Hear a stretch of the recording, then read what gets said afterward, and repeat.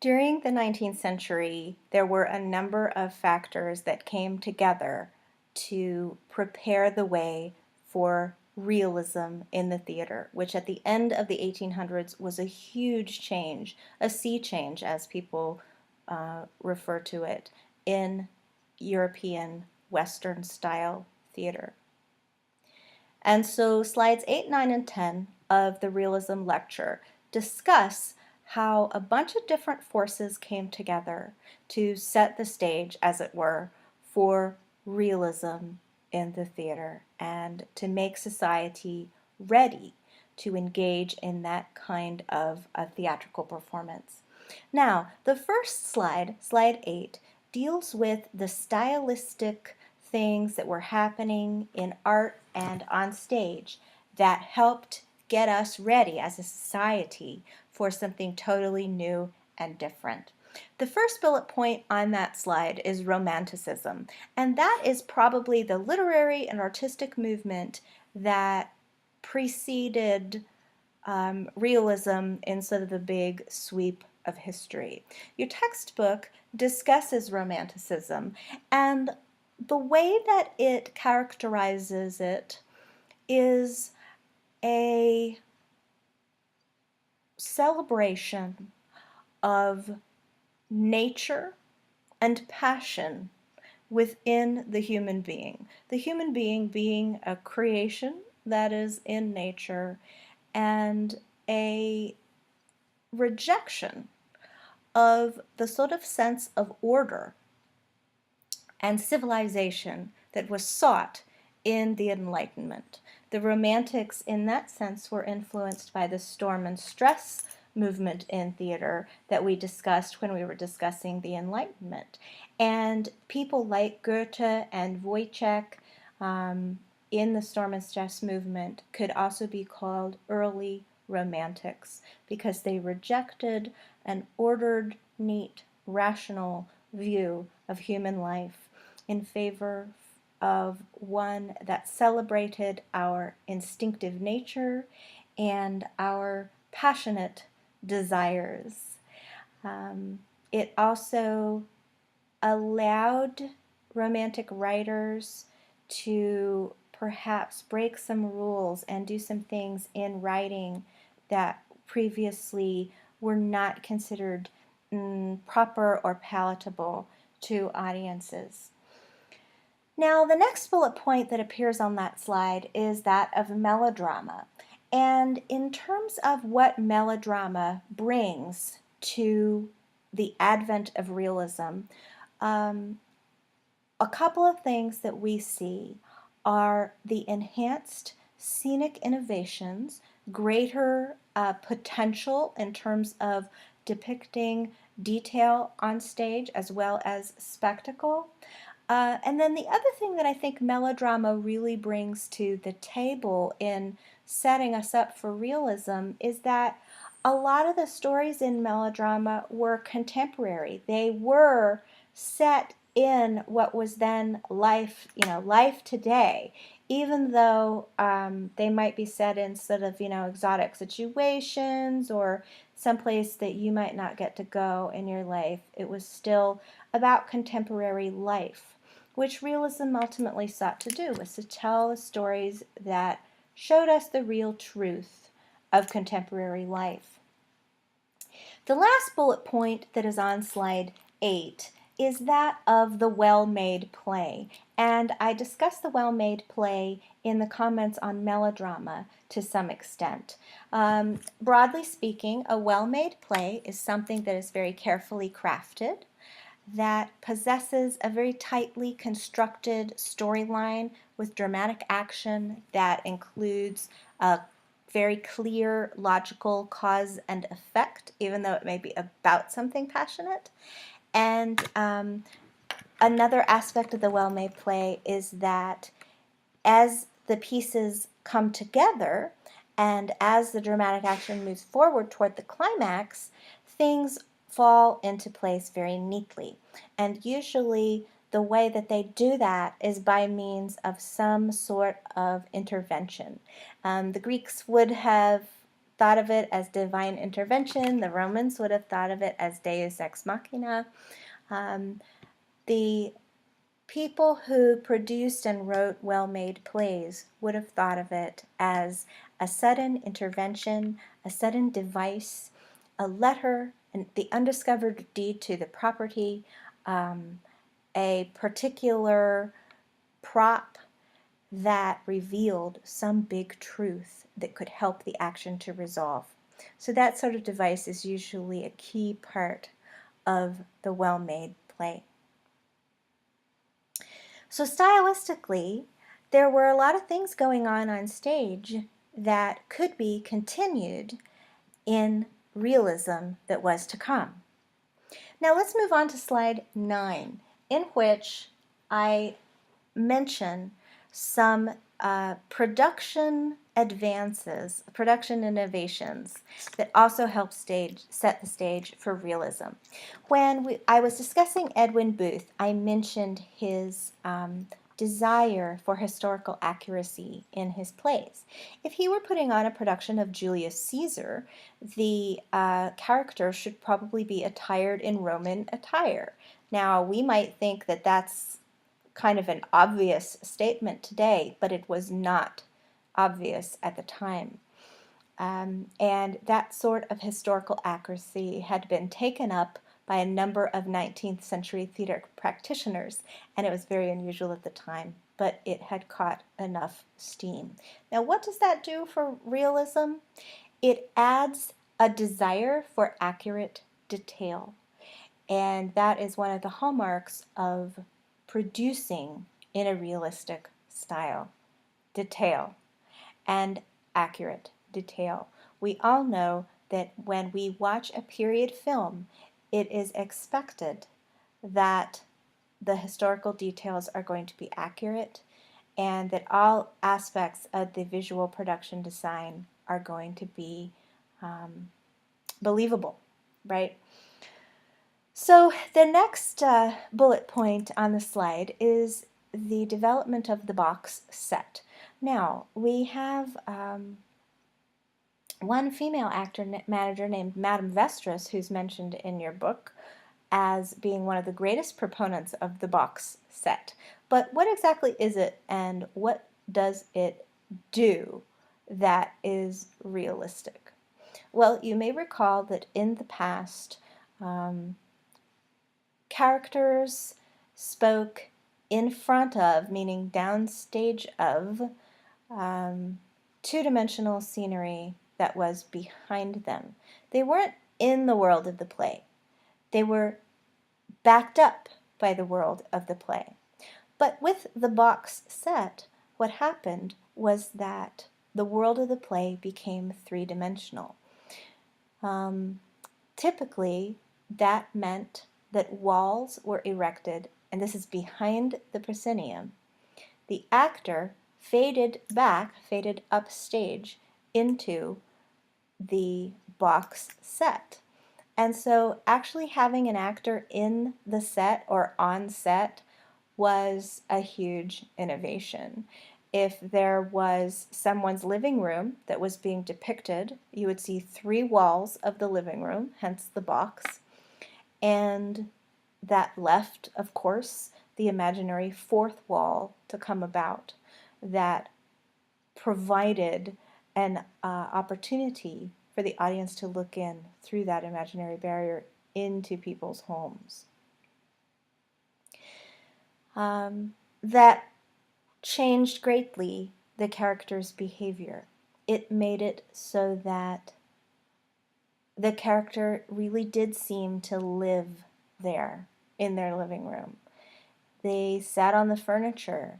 They talked to other characters and had conversations instead of sort of performing downstage and looking at the audience for most of your sort of intimate interaction. The box set then, in short, made characters actually look at each other. And at the time, it was amazing how true to life that actually was. And it may not at first have seemed like it was at home in the theater. It was something that you do in private, not on stage. But it quickly caught hold. And so, in that sense, design changed acting. Um, there are a couple of very important early directors that are mentioned in chapter 12 in your textbook, such as Wagner and the Duke of Saxe-Meiningen. And there are plenty of other actor managers of the time, the aforementioned Madame Vestris, Laura Keene, Edwin Booth, people who helped to create more believable productions in general. But one of the things that having a director actually does is it makes it so that someone is on the outside noticing all of the details and how they fit together. So that if a piece is missing from the puzzle, there is that outside eye in order to notice it and pay attention to it. Now, the more detailed the picture becomes on stage, thanks to the director, the more visual focus goes to the stage. And there are some things that need to happen when the audience is looking more carefully at the stage. Remember how we talked about how a lot of people went to the theater in order to be seen, and that their primary focus was really not on the play? And nowadays we might think that that's rude, but that's how it really was. So what then would change that? What would get their attention besides trying to be as big and loud as you possibly can, like the prevailing method of performing a character? What else would work? Well, one of the things that would work is that if the visual presentation was so detailed and so true to life that it was miraculous. Now, the next bullet point is ensemble playing, and this is also connected to the emergence of the director, in addition to the enhanced visual detail that I just said was provided by the director's outside eye. And that is the notion that you can create a company of people that really do seem to live out the relationships that the characters in their story have. And the way that you do that, that we have sort of believed in ever since the late 1800s, is by building an ensemble to turn a group of people with their own individual styles and identities into a group of people that seem to come from the same place. To think of a father and a son, or a mother and a daughter as characters in a play, as really being related, as being close, as being like psychologically intimate with one another, was what building an ensemble of actors was able to do. And the director not only was interested in character relationships, but the emerging director was also interested in visual relationships, and how could he or she compose the stage visually to create that sense of ensemble, that sense of the unified group of people that all come from the same world of the play. When I lived in New York, I once saw a production of Three Sisters that had a lot of movie stars in it. It had a lot of famous people who were doing very well. And it was Three Sisters by Anton Chekhov. And it would have been a really good play, but there were so many movie stars in it that it kind of seemed like every character was in their own play. They didn't have a sort of a unified style. They just kind of all did the things that they thought they were good at doing. And that's an example that that just happened in my lifetime of a play that should have had an ensemble, that should really have been able to depict that Russian family, but did not. So nowadays, again, ensemble playing, like directing, is something that we only notice when it's absent and when it's lacking.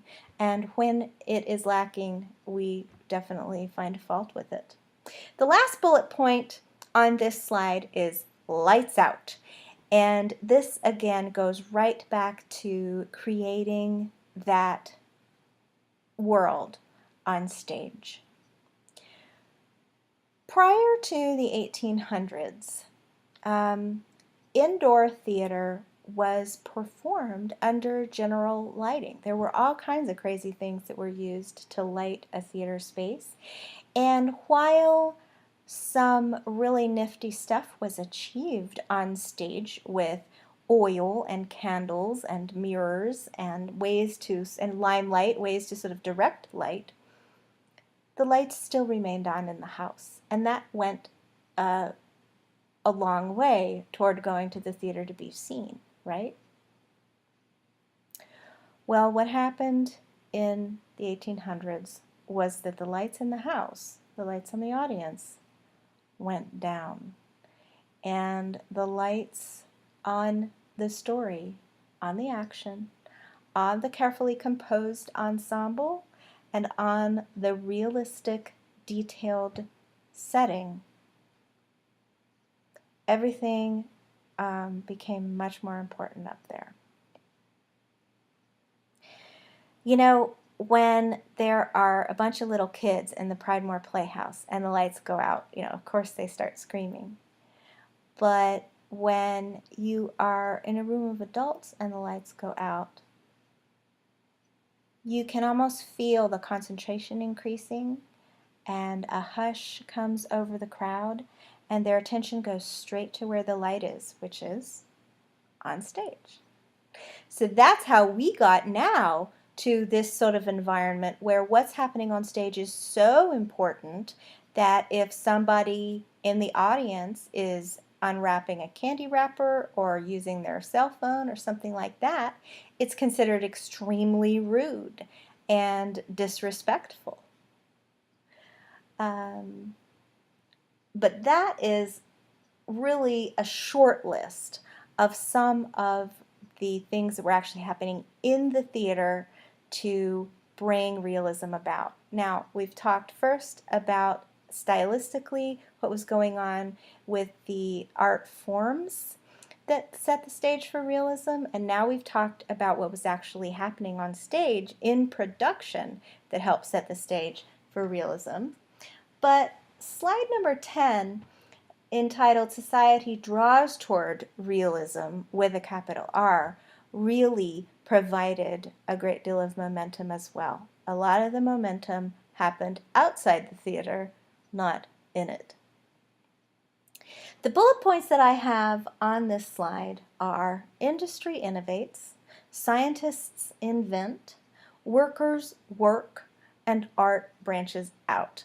And I think that maybe I'm being a little vague in those bullet points, so I'm going to give a brief explanation of each one. Basically leading up to the central argument that some of the most important social changes and societal advances of the 19th century actually made a perfect environment for realism in the theater. So, industry innovates. We had a lot going on in the 1800s. We had the Industrial Revolution. We had a lot of things being mass produced, and all those things were making our lives better. But it also meant that the speed of life seemed to be picking up a great deal. And that with these sort of modern inventions that industry had innovated. They could, these things could go into your house and make your house run a lot better, right? Scientists invent. Speaking of household inventions, there were great ones such as the electric light bulb. Now think about what the electric light bulb would have done. Obviously, it paved the way for the use of electric instruments in theater. But another thing that it did was that it literally shed light into the dirty corners of the room and also of society. It illuminated social issues and matters of contemporary life that previously might have been thought of as private. Think also of another invention of the late 1800s, the telephone. Now imagine that you had grown up and lived your life communicating with distant loved ones by means of letter writing. And then all of a sudden, there's a phone that you can talk to them on, and you can literally hear their voice like they were in the room with you. Think about how mind-blowing that was. And people's reaction at the time was they were stunned. It was a miracle. It was so realistic, this experience of being able to talk to their loved one on the phone. And they would say, it's like you're right there in the room. So society was ready for that kind of real life experience and was ready to peek through the fourth wall into somebody's home so it could be like you were right there in the room.